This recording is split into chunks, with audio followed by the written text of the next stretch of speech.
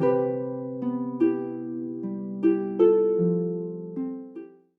my approach to photography can sometimes be a bit ancient. When it comes to 360 degrees, it was always about, taking a photograph of one thing and then, just taking pictures of the same frame again and again and again, and then stretching it all. And well, that is until I met the wonderful photographer who was also in the show, Xavier Portela. And today I'm really looking forward to having this conversation with him. Xavier, thank you, my friend, for being on the show. Thank you for having me, Mubin. Thank you. So the first thing I'm curious about is how have you been keeping creatively during this time? Actually, it's not easy. I mean, I love to travel. I love to just go abroad. So at this time, with all everything was what's happening in the world and the pandemic, etc. I mean, I've been following the guidelines like everybody and staying home and in lockdown for the last like 3-4 months. And so it has been a lot of time for myself to like retouch pictures of old trips, of old travels. So I hope to release soon some new series of pictures that I've done like 6 or 9 months ago. But it's difficult because it makes you realize like, okay, now that I'm staying home, I'm not traveling, I have to find inspiration close to me. And usually I find inspiration very far from home. So it's kind of a challenge, but I kind of like it because it gives you constraint and force you to think differently. So it's interesting. So one thing I've always been curious about is whenever I go to busy streets at night, whether here in Pakistan or in Mexico or in Europe, I always take in that feeling, that rush, the colors, the whole feel of it. But I find myself and many other photographers struggling to really capture the whole feeling of it. How do you manage to capture, the sights, sounds, and ambience in one picture? I find that very unique. It's exactly the same frustration as you just described. So I remember it was like already 6 years ago. I was in Japan. I was visiting Japan for the first time, and it's a bit like you just described in different cities, those busy streets with a lot of people, a lot of lights and neons and noise, and I was there, and I was really like. As a photographer, but also as a tourist. So I was like shooting everything. I was like, my camera was going all the way in all direction. And I remember when I got home and I watched the picture for the first time, I was like, not disappointed, but it was like, okay, I saw that, but it doesn't depict really what I felt on location, how it was, the atmosphere and the ambience. And at the time, I put those pictures on a hard drive and I didn't touch them because I was disappointed. I didn't want to publish them.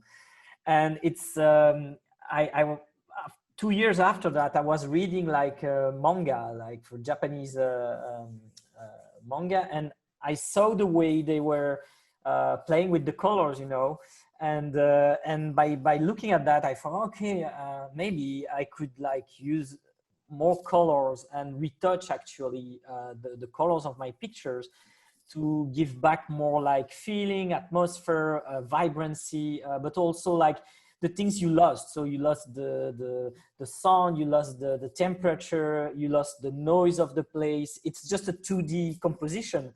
And so I start playing with the colors in just simply in Lightroom. I start playing with the colors and I came up with the series Glow, which is very purple, pinkish colors, and it gave back this vibrancy. And so I start publishing that online.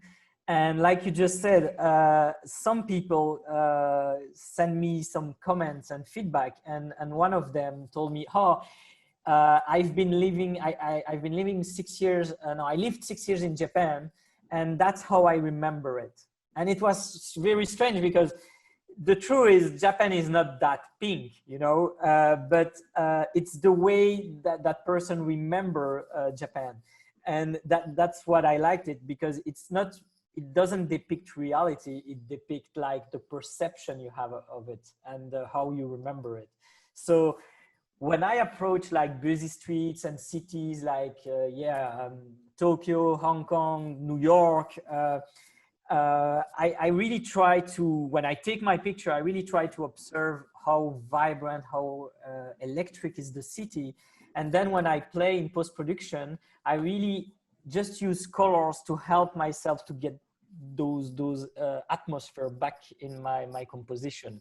So it's really like, I call it like, it's like hacking your brain, you know, with the colors. It's like really like colors help your brain to get back to an atmosphere.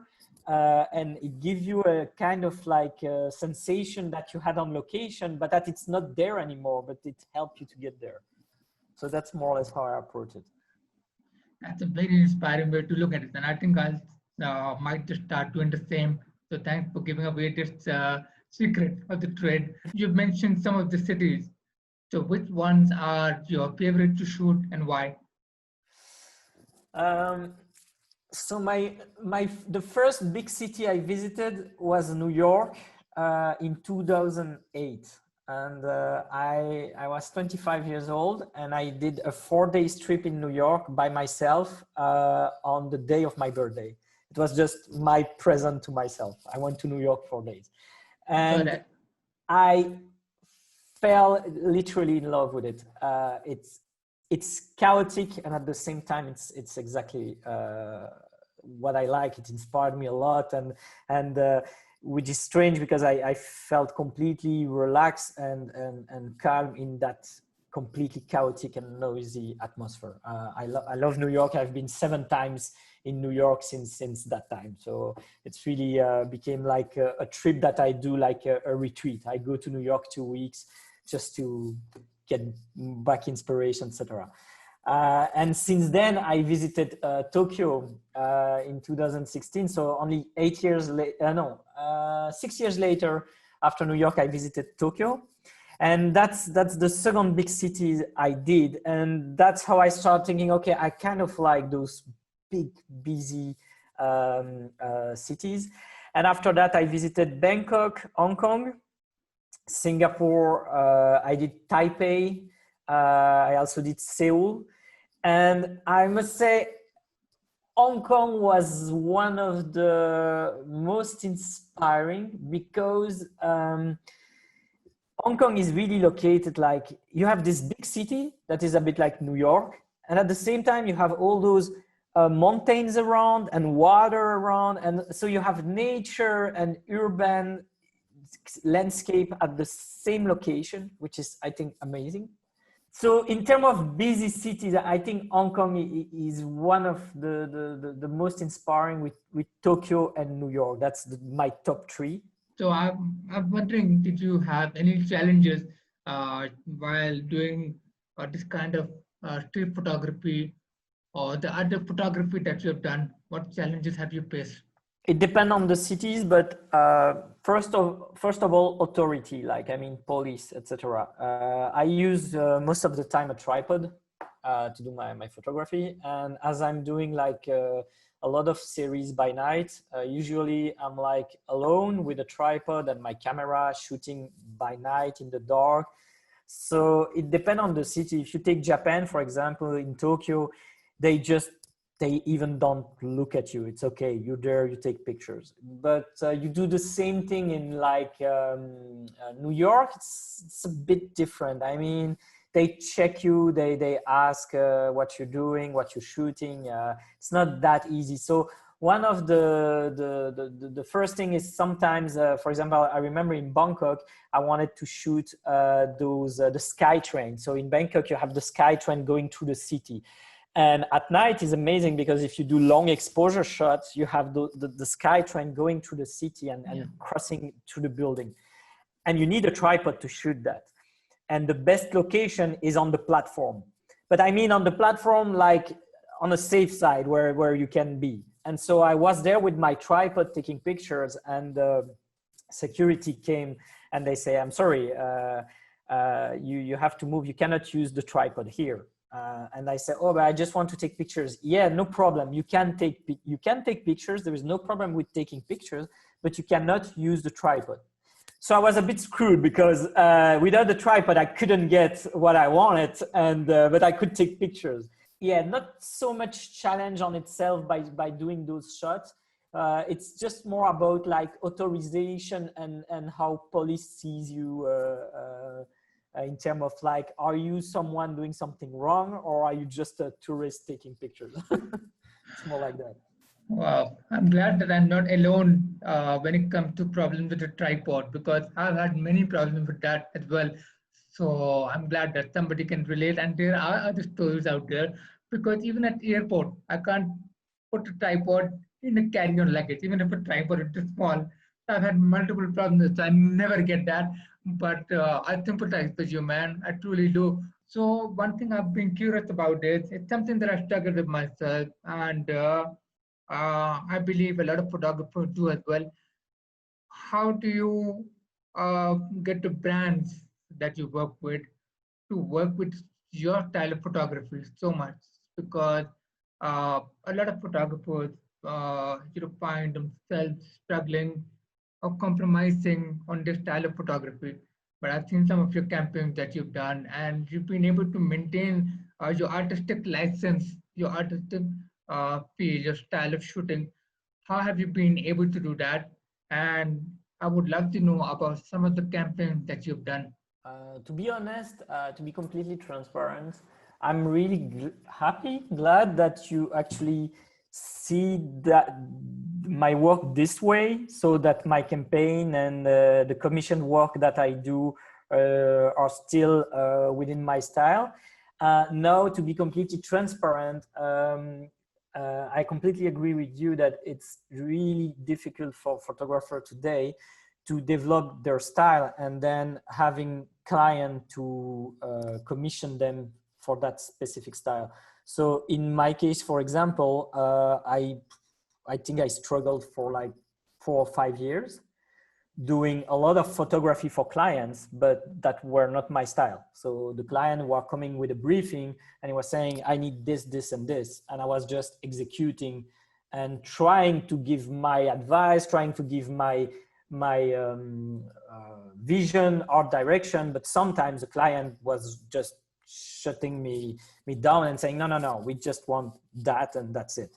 And so I struggled for that for many years. And I think even sometimes today still I have some clients sometimes that ask me something, and the only difference is that today I'm in the position, I have the luxury that sometimes I can just say, yeah, no, I'm not interested in that.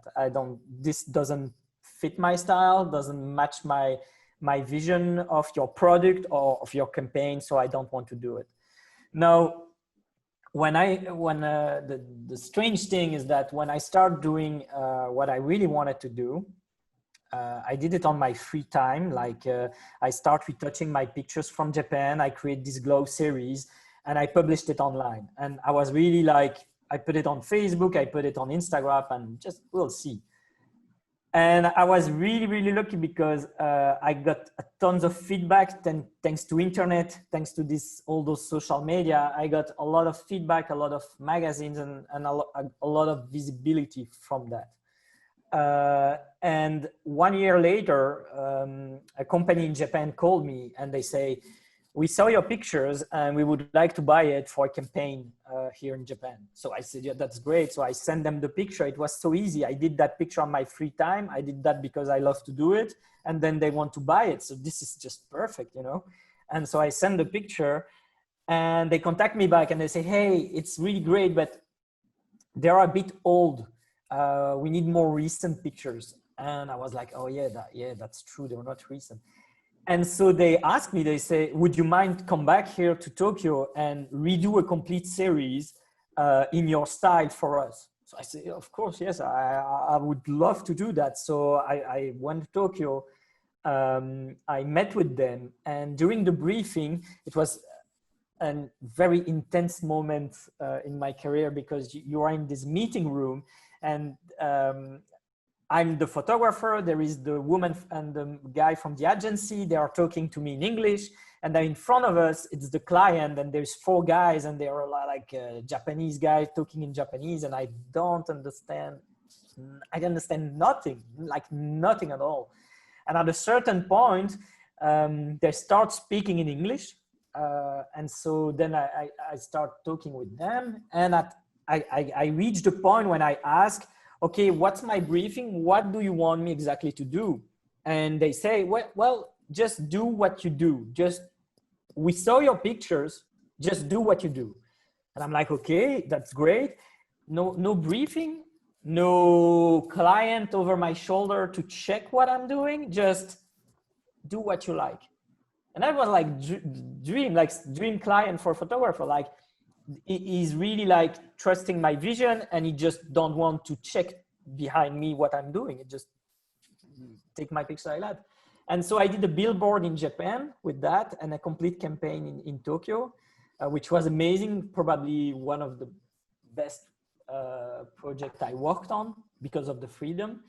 But the thing is, the truth is, when you ask me how I approach my client to get my style in their commissioned work, in that case, I consider myself lucky. I would say it's about luck, because I put my work out there and they find it and they call me to work on that. And now it happened several times already that someone called me and they said, a client, and they tell me on the phone, we saw your work. We would like a similar thing with our product or for a commercial. And so they really use my own work as a reference to ask me to do another campaign for them. Creative freedom is so important for the soul, for you to be able to convey the message, whether for yourself or to clients, for buyers, anybody. What drives you to keep opening yourself, keep experimenting with new devices, new gadgets? How do you keep yourself finding it? How do you keep yourself motivated? You're driven to, explore all of it. So if I have to give short answer, I'll say I'm really extremely curious. That's really something that is, it's even difficult to manage. I'm too curious. I